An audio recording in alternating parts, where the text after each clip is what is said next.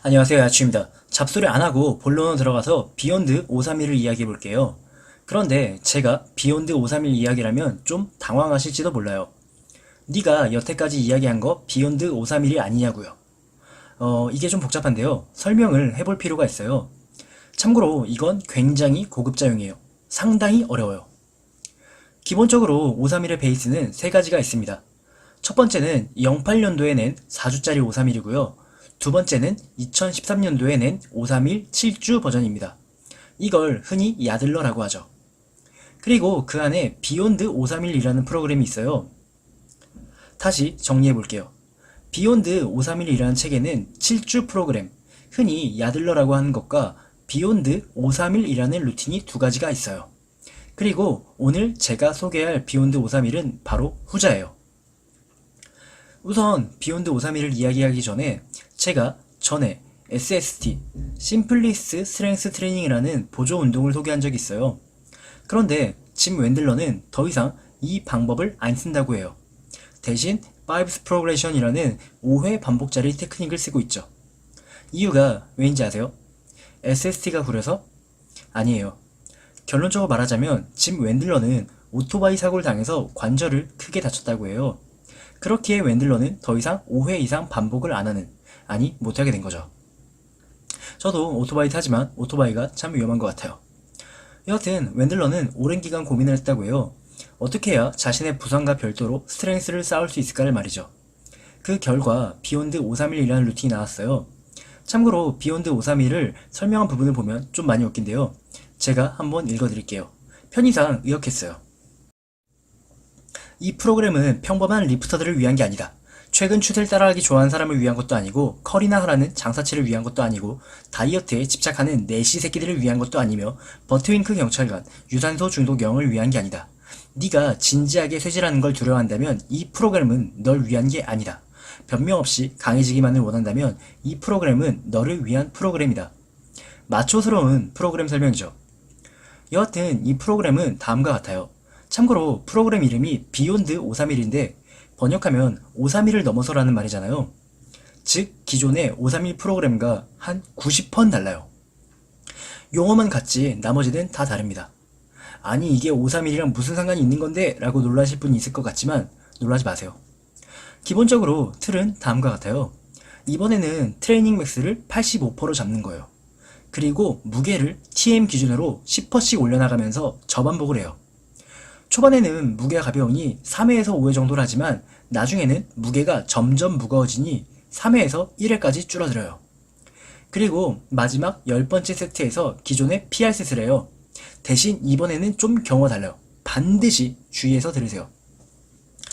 비욘드 531에서는 PR셋에서 반드시 M랩, 즉 최대한 많이 해야 되는 게 아니에요. 가끔씩 운동을 하다 보면 이상하게 컨디션이 좋은 날이 있잖아요. 왠지 오늘은 평상시보다 힘이 넘친다, 에너지가 넘친다, 이상하게 무게가 가볍게 느껴지는 날이 있다, 이런 날이 있잖아요. 이럴 때는 PR셋을 1회만 하는 거예요. 1회. 그리고 조커셋으로 넘어가는 거죠. 조커셋은 앞에 영상에 이미 설명이 되어 있지만 다시 한번 설명해 볼게요. 파워리프팅이나 내추럴에게 필수인 스트렝스를 위해서는 신경계 적응이 필요해요.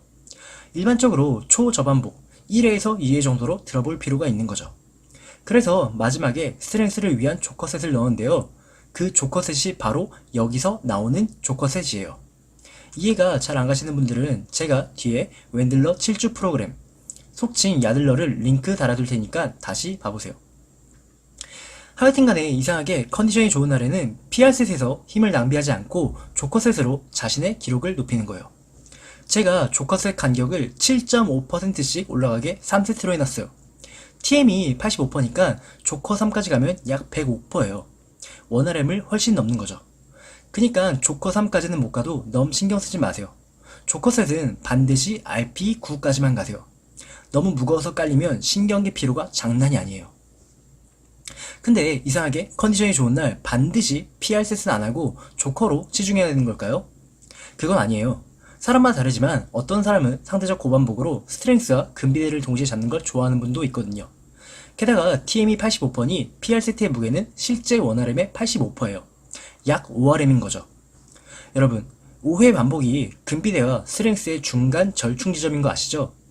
PR 세트로 고반복을 치셔도 여러분의 스트렝스가 금비되는 반드시 될 거예요.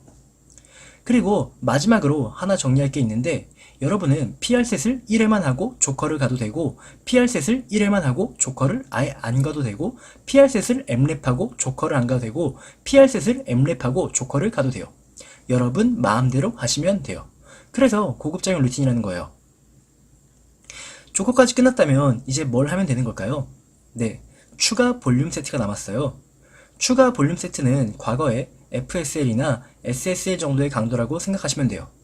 세트는 5셋으로 고정하되 데드리프트와 스쿼트는 4회, 벤치와 프레스는 8회를 하시면 됩니다. 추가 볼륨은 원RM의 약 65% 정도이기에 앞에서 털린 걸 감안하면 근비대에 좋다고 생각해요. 그리고 또 BBB가인데요. 이번에는 TM의 50%가 아니라 조금 강도를 높여서 기존 원RM의 60% 정도로 했어요. 앞에서 상당히 털렸다는 걸 생각하면 상당히 힘들 거라고 생각해요. 펌핑이 장난 아니겠죠. 일반적으로 GBT가 이 정도 무게로 하고 보통 6세트쯤에서 10회 반복을 못하니 얼마나 힘든지 아시겠어요? 그리고 BBB도 5세트 고정에 스쿼트와 데드리프트는 5회, 벤치와 프레스는 10회를 하시면 돼요. 추가 볼륨과 BBB는 둘 중 하나만 고르셔도 되고 둘 다 하셔도 돼요. 이 프로그램은 상당한 고급자용이라 자율 규제 스타일이거든요. 근데 두 개 다 하실 수 있는 분은 없을 거라고 생각해요. 마지막으로 순서를 다시 이야기해 볼게요. 우리는 지금 PR 세트, 조커 세트, 추가 볼륨을 이야기했죠. 우선 PR 세트는 M랩을 하든 1회만 하든 상관없어요. 그리고 PR 세트를 1회만 했든 M랩을 했든 상관없이 조커 셋은 하셔도 되고 안 하셔도 돼요. 다만 앞에서도 말했듯이 RPE9 실패 지점을 피하세요. 그리고 조커 셋이 끝나고 나면 추가 볼륨이 있는데 역시 안 하셔도 상관없고 두 개 다 하셔도 상관없어요. 대신 일반적으로 두 개 중 한 개만 하죠. 인간의 한계는 있으니까요. 그 다음에는 보조 운동을 하시면 되는데 그건 그냥 알아서 하시면 될 것 같아요. 정 애매하시면 앞에서 말한 심플리스트 스트렝스 템플릿 따라 하시면 될 것 같아요. 많은 분들이 보조 운동 막 5개씩 넣으시는데 실제로 해보면 보조 운동 2개도 상당히 벅찹니다.